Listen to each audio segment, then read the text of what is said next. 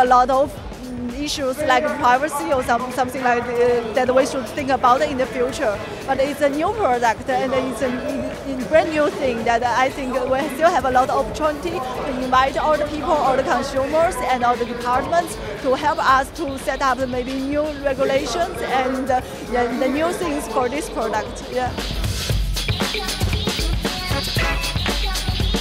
In the Netherlands, the water is not so clear as in Jamaica or in Australia, for example.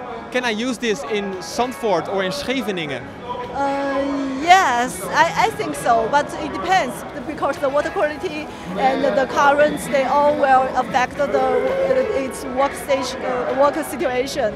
Yeah, so, but for the swimming pool and for the artificial lakes, well, absolutely okay.